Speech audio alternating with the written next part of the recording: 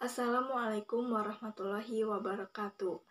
Bapak sareng Ibu guru anu kusim kuring dipihormat, rencangan sadaya anu kusim kuring dipihormat. Langkung tipayun, hayu urang manjatkeun puji sinareng syukur ka Zat Allah Subhanahu wa taala nu maha welas tur nu maha asih. Ku sifat Rahman sareng Rahimna, ayeuna urang tiasa riung mumpulung di ieu tempat.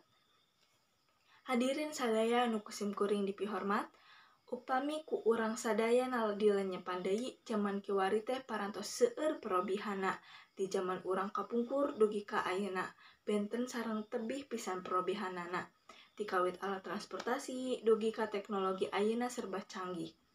Kapungkur urang di mana hoyong patepang teh kedah sumping ka tempat anu dimaksad, tapi di ku zaman kiwari mah tos aya HP nu aya kamera payuna di mana upami urang hoyong ngobrol papayun-payun teh antun nganggo teknologi nu disebat video call. Tah eta salah sawiosna teknologi ayeuna nu canggih teh. Sareng masih seueur keneh nu sanesna. Kaciptana eta teh teu leupas tina pendidikan.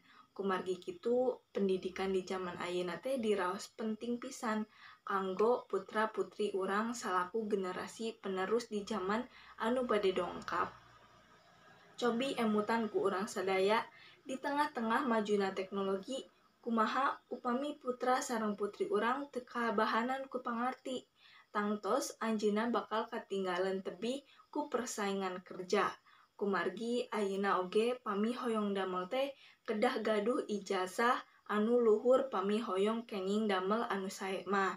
Atuh sajabati eta, pendidikan teh mangrupikeun media kanggo nyiar ilmu atanapi pangarti. Dina salah sawios katerangan aya nu nyebatkeun yen pendidikan teh saumur hirup teu mengenal yuswa. Hartosna, pendidikan teh wajib ti ngawitan urang lahir dugi ka pupusna. Ti kawit ayeuna hayu urang leres-leres dina milari rezeki kanggo nyakolakeun putra-putri urang supados tiasa neraskeun pendidikan anu saluhur-luhurna. Kumargi tos karaos ku urang sadayana yen pendidikan teh penting pisan kanggo bekel hirup urang kapayun. Mugia harepan urang sadayana tiasa dikabulkeun ku Nu Maha Beunghar nyaeta Allah Subhanahu wa taala.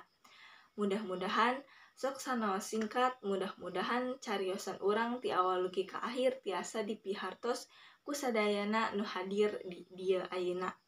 Sakitu nu tiasa didugikeun ku sim kuring, hapunten bilih aya kalepatan sareng cariosan anu kirang merenah.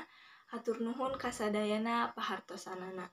Wassalamualaikum warahmatullahi wabarakatuh.